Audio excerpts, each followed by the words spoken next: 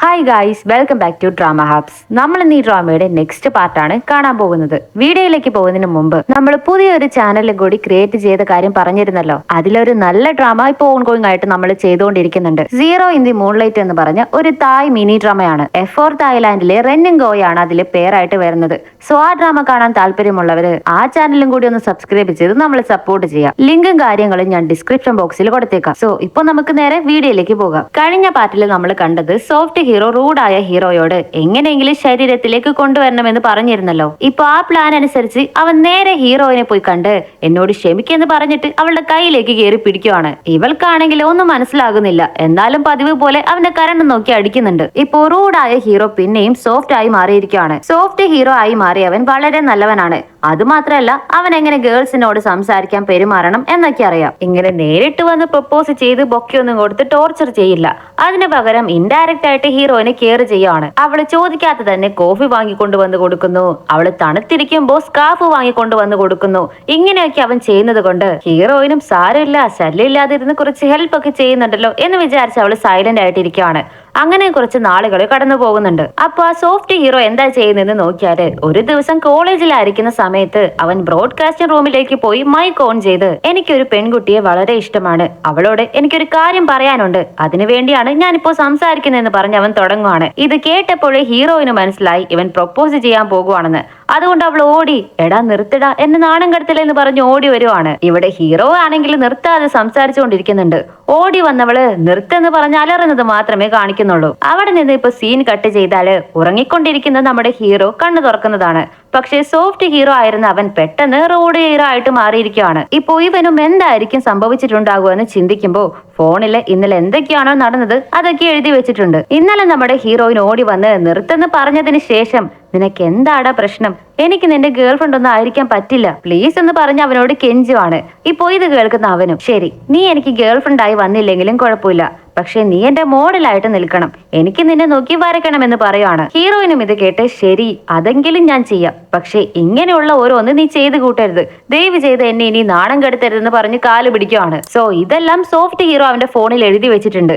ഇത് കണ്ട rude hero, ഓ ഇനി ഈ പൊല്ലാപ്പും കൂടി സഹിക്കേണ്ടി വരുമല്ലോ എന്ന് പറഞ്ഞിട്ട് നേരെ ആർട്ട് ക്ലാസ്സിലേക്ക് വന്നാല് നമ്മുടെ ഹീറോയിൻ ആണെങ്കിൽ എന്തോ സ്പേസിലേക്ക് പോകുന്ന പോലെ ഫുൾ ബോഡി കവർ ചെയ്തിട്ട് വരുന്നുണ്ട്. എന്താ ഇതെന്ന് ചോദിച്ചാല്, അത് പിന്നെ നീ എന്റെ അടുത്തേക്ക് വന്ന് എന്നെ ടച്ച് ചെയ്ത് ആവശ്യമില്ലാതെ അടി വാങ്ങി കൂട്ടുവല്ലേ, സോ അത് അവോയ്ഡ് ചെയ്യാൻ വേണ്ടിയാണ് ഇങ്ങനെ ഒരു ഗെറ്റപ്പ്. എങ്ങനെയുണ്ട് എന്റെ ഐഡിയ എന്ന് ചോദിച്ചാല്, ആഹാ നല്ല ബെസ്റ്റ് ഐഡിയ, നോക്ക് ഇങ്ങനെ നീ മൂടി കെട്ടിക്കൊണ്ട് വന്നാല് എനിക്ക് വരയ്ക്കാനൊന്നും മൂഡ് വരില്ല, ഇന്നത്തെ എന്റെ വരയ്ക്കാനുള്ള മൂഡും പോയി, എന്റെ മുമ്പിൽ നിന്ന് പോവെന്ന് പറഞ്ഞിട്ട് അവൻ ടെൻഷനായി അവിടെ നിന്ന് പോയി കളയാണ്. കട്ട് ചെയ്താല് നൈറ്റ് ആയി. അപ്പോ ഹീറോയിനും നോർമൽ ആയിട്ട് അവന്റെ അടുത്തേക്ക് വരുന്നുണ്ട്.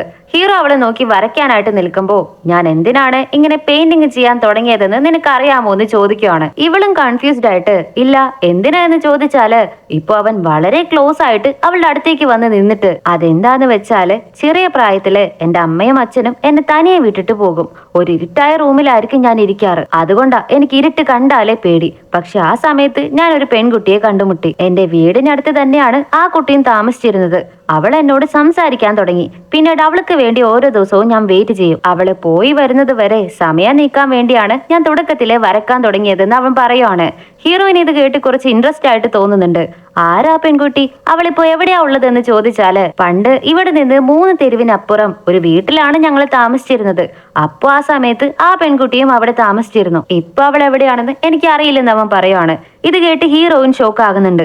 നീ എന്താ പറയുന്നേ, ഞാനും ചെറിയ പ്രായത്തില് ആ തെരുവിൽ തന്നെയാണല്ലോ താമസിച്ചിരുന്നത്. ശരി, ആ കുട്ടിയെ കുറിച്ച് വേറെ എന്തെങ്കിലും ഡീറ്റെയിൽസ് അറിയുമോ എന്ന് ചോദിച്ചാല്, അവളുടെ മുത്തശ്ശി എന്തോ ഒരു സ്റ്റോർ നടത്തിയിരുന്നു എന്ന് അവൻ പറയാണ്. എന്ത്, എന്റെ മുത്തശ്ശിയും സ്റ്റോർ വെച്ചിരുന്നല്ലോ എന്ന് അവള് പറഞ്ഞതും നമ്മുടെ ഹീറോയ്ക്ക് ഇപ്പൊ ക്ലിയർ ആയിട്ട് മനസ്സിലാകുന്നുണ്ട്. ചെറിയ വയസ്സിലെ അവന്റെ ഒരു നല്ല ഫ്രണ്ടായി കൂടെ ഉണ്ടായിരുന്നത് ഹീറോയിൻ തന്നെയാണെന്ന്. അതുകൊണ്ട് അവൻ ഫസ്റ്റ് ടൈമായിട്ട് വരച്ച പടം എടുത്തുകൊണ്ട് വന്ന്, ഞാൻ വരയ്ക്കാൻ തുടങ്ങിയ ടൈമില് ഇത് നിന്നെ കാണിക്കണമെന്നാ ഞാൻ കരുതിയത്. എന്താണെന്ന് അറിയാമോ, നീ വരുന്നതിന് മുമ്പേ ഞാൻ വളരെ ഒറ്റപ്പെട്ടതായിരുന്നു, എന്റെ ലൈഫ് വളരെ ഇരുട്ടിലായിരുന്നു. നീ വന്നതിന് ശേഷമാണ് ഞാൻ കുറച്ചെങ്കിലും സന്തോഷമായിട്ട് ഫീൽ ചെയ്തെന്ന് പറഞ്ഞിട്ട് കൊടുക്കുവാണ്. ഹീറോയിനെ എങ്ങനെ റിയാക്ട് ചെയ്യണമെന്ന് മനസ്സിലാകുന്നില്ല.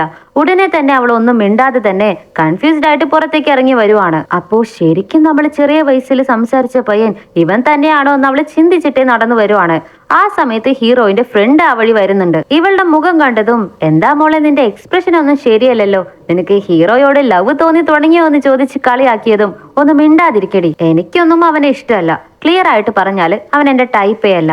എനിക്ക് ഇൻസ്ട്രുമെന്റ്സ് ഒക്കെ നന്നായിട്ട് വായിക്കാൻ അറിയുന്ന പയ്യനെ ഇഷ്ടമാണ്. പിന്നെ എന്നെ നന്നായിട്ട് കെയർ ചെയ്യണം, പെൺകുട്ടികളുടെ ടേസ്റ്റ് നന്നായിട്ട് മനസ്സിലാക്കുന്ന ഒരു പയ്യനെ ആയിരിക്കണം. ഈ ക്വാളിറ്റീസ് ഒന്നും അവന്റെ അടുത്തുണ്ടെന്ന് എനിക്ക് തോന്നുന്നില്ലെന്ന് പറഞ്ഞിട്ട് അവള് പോകുവാണ്. കട്ട് ചെയ്താല് നെക്സ്റ്റ് ഡേ ആയി. ഹീറോയിൻ പിന്നെയും പോസ് കൊടുക്കാമെന്ന് കരുതി ഹീറോയെ കാണാൻ വന്നാല് നമ്മുടെ ഹീറോ അവിടെ ഇരുന്ന് ഡ്രംസ് വായിക്കുവാണ്. അതുമാത്രല്ല നമ്മുടെ ഹീറോയിനോട് വളരെ കെയറിംഗ് ആയിട്ടാണ് പെരുമാറുന്നത്. കൂടെ ഗേൾസിന് എങ്ങനെയുള്ള ഡോൾസുകളാണോ ഇഷ്ടം അതെല്ലാം അവൻ വാങ്ങി വീട്ടിൽ നിരത്തി വെച്ചിട്ടുണ്ട്. ഇതെല്ലാം കാണുമ്പോൾ നമ്മുടെ ഹീറോയിന് എവിടേക്കോ ഒരു സ്പാർക്ക് വരുന്ന പോലെയുണ്ട്. എന്താടാ ഇത്, നമ്മൾ പറഞ്ഞ എല്ലാ ക്വാളിറ്റീസും ഇവനിൽ ഉണ്ടല്ലോ എന്ന് അവൾ ചിന്തിക്കുകയാണ്. ആക്ച്വലി എന്താ നടന്നതെന്ന് നോക്കിയാല് ഹീറോയിൻ ഇതെല്ലാം അവളുടെ ഫ്രണ്ടിനോട് പറഞ്ഞിരുന്നല്ലോ. അവള് നേരെ വന്ന് ഹീറോയിന് ഇതേപോലുള്ള പയ്യന്മാരെയാണ് ഇഷ്ടം എന്ന് പറഞ്ഞു കൊടുത്തിരുന്നു. അത് കേട്ടിട്ട് ഹീറോയിന്റെ ഇഷ്ടങ്ങളൊക്കെ മനസ്സിലാക്കി ഹീറോയിന്റെ മനസ്സിൽ എങ്ങനെയെങ്കിലും കയറിക്കൂടണം. അതിനു വേണ്ടിയാണ് ഇവൻ ഇത്രയും കഷ്ടപ്പെടുന്നത്. നെക്സ്റ്റ് ഡേ ആയി. കോളേജിലേക്ക് വരുമ്പോ ഹീറോയിന്റെ അടുത്തേക്ക് വന്ന് എനിക്ക് വരയ്ക്കാൻ വേണ്ടി നിറയെ ഇൻസ്പിറേഷന് വേണ്ടി പുറത്തു പോയി നിറയെ ഫോട്ടോസ് ഒക്കെ എടുക്കണം. അതിനു വേണ്ടിയിട്ട് നമുക്ക് നാളെ ഒരു ക്യാമ്പിങ്ങിന് പോയാലോ, നീ വരുന്നുണ്ടോ എന്ന് ചോദിച്ചാല് ഉടനെ അവിടേക്ക് നമ്മുടെ ഹീറോയിന്റെ ഫ്രണ്ട് ഉണ്ടല്ലോ ജുൻ, അവൻ അവിടേക്ക് വരുന്നുണ്ട്. നോക്ക്, അവളെ വിളിക്കണ്ട, അവള് വരത്തില്ല. നീ എന്താ വിചാരിച്ചു വെച്ചിരിക്കുന്നേ, അവളെ നീ എന്തിനാ ഇങ്ങനെ ടോർച്ചർ ചെയ്തോണ്ടിരിക്കുന്നേന്ന് അവൻ ഹീറോയെ നോക്കി പേടിപ്പിക്കാനായിട്ട് തുടങ്ങുവാണ്. അപ്പോ ഹീറോയിൻ ഇത് കണ്ട് രണ്ടുപേരും ഒന്ന് നിർത്ത്, ഇപ്പൊ എന്താ ക്യാമ്പിങ്ങിന് പോകണം, അത്രയല്ലേ ഉള്ളൂ, പോകാമെന്ന് പറഞ്ഞ് അവളും സമ്മതിക്കുന്നുണ്ട്. അങ്ങനെ നെക്സ്റ്റ് ഡേ രാവിലെ തന്നെ എല്ലാവരും ക്യാമ്പിങ്ങിന് പോകുന്നുണ്ട്. ഇവിടെ ഹീറോയാണെങ്കിൽ ഒരു സൈഡില് എങ്ങനെയെങ്കിലും ഹീറോയിനെ സെറ്റ് ആക്കണമെന്ന് പറഞ്ഞ് അവളോട് വളരെ സ്നേഹത്തോടെയാണ് സംസാരിച്ചു വരുന്നത്. പക്ഷെ ഇത് കാണുന്ന ജുന്നിന് അത്രയ്ക്ക് ഇഷ്ടപ്പെടുന്നില്ല. ഇനി എങ്ങാനും ഹീറോയിനെ പറ്റിച്ചിട്ട് ഇട്ടിട്ട് പോയാലോ എന്ന് ഓർത്തിട്ട് ഹീറോ എത്രയൊക്കെ അവളോട് അടുക്കാൻ നോക്കിയാലും അതിന്റെ ഒക്കെ ഇടയിൽ കയറി ഇവനാകെ കുളമാക്കി വിടുന്നുണ്ട്. അങ്ങനെ പോയി നൈറ്റായി. ഇവരെല്ലാവരും ക്യാമ്പിങ്ങിനാണ് വന്നിരിക്കുന്നത്. പക്ഷെ നോക്കിയാല് ഇവരൊരു ടെന്റ് മാത്രമേ എടുത്തുകൊണ്ട് വന്നിട്ടുള്ളൂ.